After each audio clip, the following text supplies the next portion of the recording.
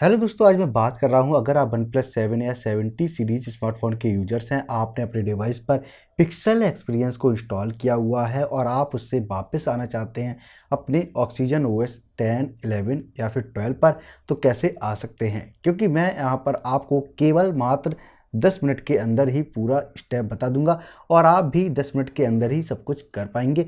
ये एक आसान प्रोसेस होगा जिससे आप अपने डिवाइस को कस्टम रोम से ऑक्सीजन ओएस पर वापस ला सकते हैं।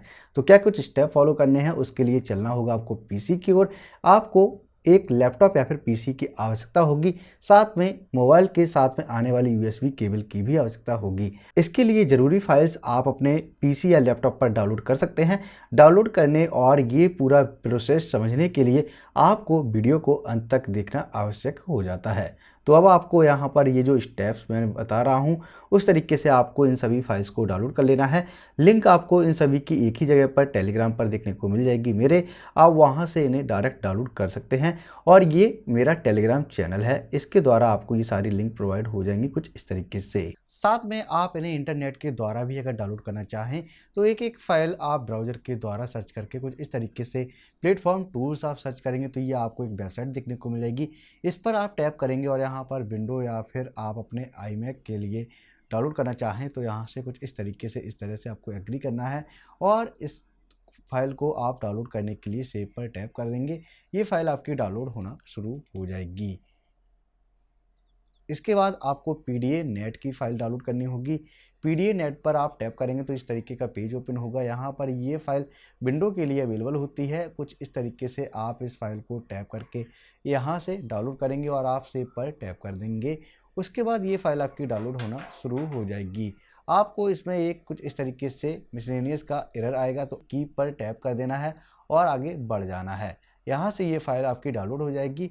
इसके बाद इन सभी फाइल्स को आपको इंस्टॉल करना होगा। इंस्टॉल करने से पहले आपको इन्हें एक्सट्रैक्ट करना होगा जो ज़िप फॉर्मेट में है। ज़िप फॉर्मेट वाली फ़ाइल को आपको कुछ इस तरीके से एक्सट्रैक्ट करा लेना है। बैक आ जाने पर आपको यहाँ पर पीडीए नेट की फ़ाइल को इंस्टॉल कराना है। ये एक ड्राइवर है, इस पर आपको टैप करना है कुछ इस तरीके से और इसे आपको इंस्टॉल करा देना है। इंस्टॉल कराने के बाद आपको वन प्लस ड्राइवर को इंस्टॉल कराना होगा। कुछ इस तरीके से आप इस पर टैप करते जाएंगे और ये इंस्टॉल हो जाएगा। अब आप ये ड्राइवर अपने पीसी या लैपटॉप पर इंस्टॉल कर चुके हैं। अब आपको मोबाइल फ़ोन पर आ जाना है, सेटिंग पर टैप करना है। इसके बाद सिस्टम पर टैप करते हुए डेवलपर सेटिंग्स पर टैप करना है। इसके अंदर यूएसबी डिबगिंग अगर इनेबल नहीं है तो आपको इसे इनेबल कर देना है। इसके बाद अपने मोबाइल को आपको कनेक्ट कर देना है यूएसबी केबल के द्वारा। आपका डिवाइस कुछ इस तरीके से यहाँ पर कनेक्टेड शो करेगा।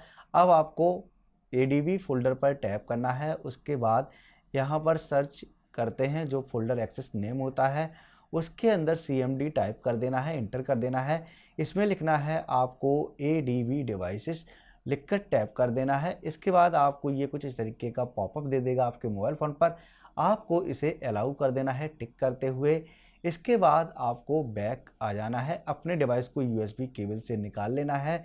इसके बाद डिवाइस को आपको स्विच ऑफ करना है। स्विच ऑफ करने पर आपका डिवाइस कुछ इस तरीके से ऑफ हो जाएगा। अब आपको MSM टूल की जो फाइल है उसको एक्सट्रैक्ट कर लेना है। एक्सट्रैक्ट कर लेने के बाद इसे आप जब ओपन करेंगे तो ये कुछ इस तरीके से ओपन होकर के फाइल आपकी आ जाएगी। इसके अंदर इस एप्लीकेशन को आपको चूज करना है। इस पर डबल टैप करते हुए ये ओपन हो जाएगा। ओपन हो जाने पर आपको अदर पर टैप कर देना है। उसके बाद आप देखेंगे कि आपका डिवाइस यहाँ पर कनेक्ट करने के लिए बोलेगा। अब आपको यहाँ पर मोबाइल की पावर की और वॉल्यूम अप एंड डाउन की को एक साथ होल्ड एंड प्रेस किए रहना है। डिवाइस आपके अभी स्विच ऑफ स्थिति में है। अब ये ईडीएल मोड में चला जाएगा। तो अब आप जैसे ही कनेक्ट करेंगे और अगर आपको कुछ इस तरीके का एरर आ रहा है तो मैंने जो ड्राइवर दिया था उनमें से एक ड्राइवर क्वालकॉम ड्राइवर सेटअप है, उसको आपको इंस्टॉल करना होगा। आपको कुछ इस तरीके से टैप करते हुए आगे बढ़ जाना है और ये जब आपका इंस्टॉल हो जाएगा तो आपका ये डिवाइस ऑटोमेटिक कुछ इस तरीके से इस प्रक्रिया को लेना शुरू कर देगा। COM3 लिखा हुआ आपके कंप्यूटर पर आ जाएगा और उसके बाद आप के स्टार्ट करने से पहले ही ये आगे बढ़ने लगेगा। अगर आपका डिवाइस कुछ कारणवश बीच में ही रुक जाता है तो आपको पैनिक होने की आवश्यकता नहीं है। आपका एरर कुछ इस तरीके से अगर आ जाता है तो ये आपकी यूएसबी डिस्कनेक्ट होने की स्थिति में आ सकता है, क्योंकि मेरे पर भी आया तो मैं यहाँ पर पैनिक नहीं हुआ। उसके बाद दोबारा से आप डिवाइस को आप डिस्कनेक्ट करेंगे। उसके बाद तीनों की को होल्ड एंड प्रेस किए रहेंगे, डिवाइस आपका फास्ट फूड मोड में जाएगा। उसके बाद आप वापस से इसको कनेक्ट करा देंगे, तब आप इस प्रोसेस को आगे बढ़ाएंगे तो आपका ये प्रोसेस पूरा कंप्लीट